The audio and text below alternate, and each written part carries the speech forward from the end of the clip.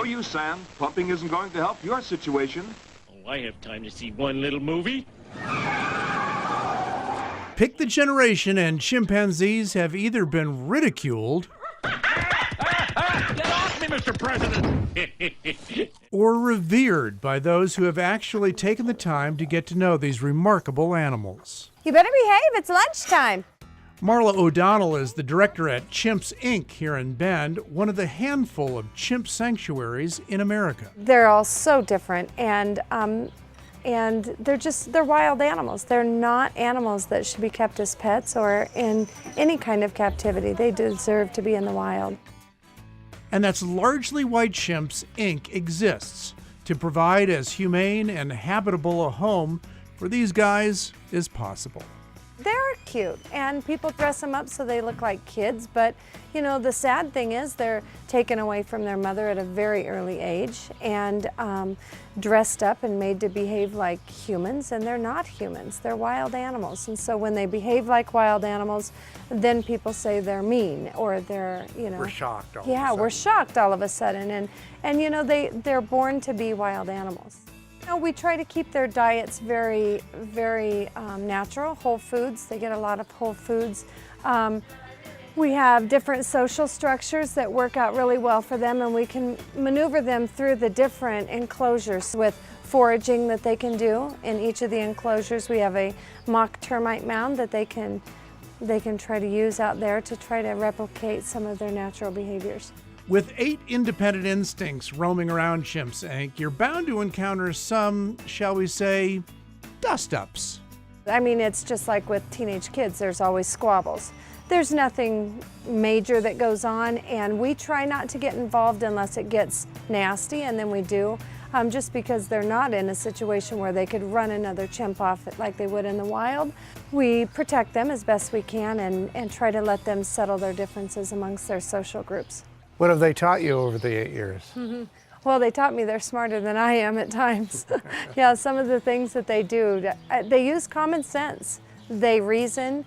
They're amazing, amazing animals. They've got more, they teach me more about humanity than humans do, because they've got compassion for each other. When one of them's stressed, another one will run right over and hug it. And they're a very tight-knit family. It's funny because, you know, we can say, hey, I'm gonna go over here and close this door, and if they don't want the door shut, they'll run over and sit in the door and shake their head no. Sometimes, do you think they look at you and say, God, you dummy? Yeah. Oh no, I know they do. They're probably going, poor dumb human. I said. Yes, this is the way to do it. This is the way it has to be done. And this is not a cheap undertaking to keep the awesome 8 healthy and safe. The Chimp Charity figures it costs about $1,200 a month per head to maintain the status quo. Are there some skinny months? There's some skinny months for sure, yeah. Thank goodness we've got a lot of great local vendors who donate produce for us, because the chimps eat, well, dinner consists of about 12 pounds of produce. So anywhere from 8 to 12.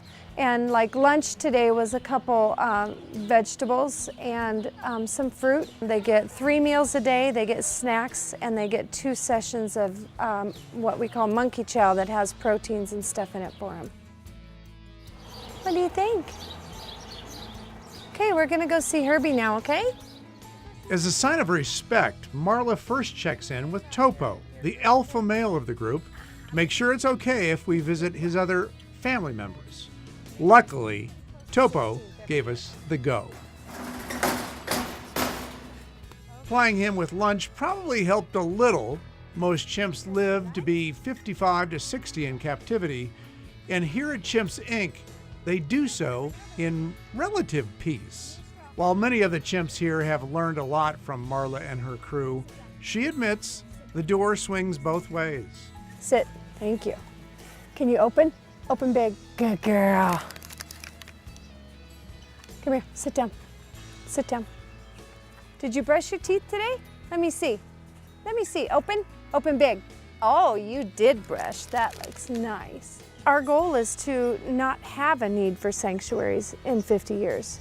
It would be great if we didn't need to have sanctuaries and these animals were able to live in the wild. Think that's possible? Oh, I hope so.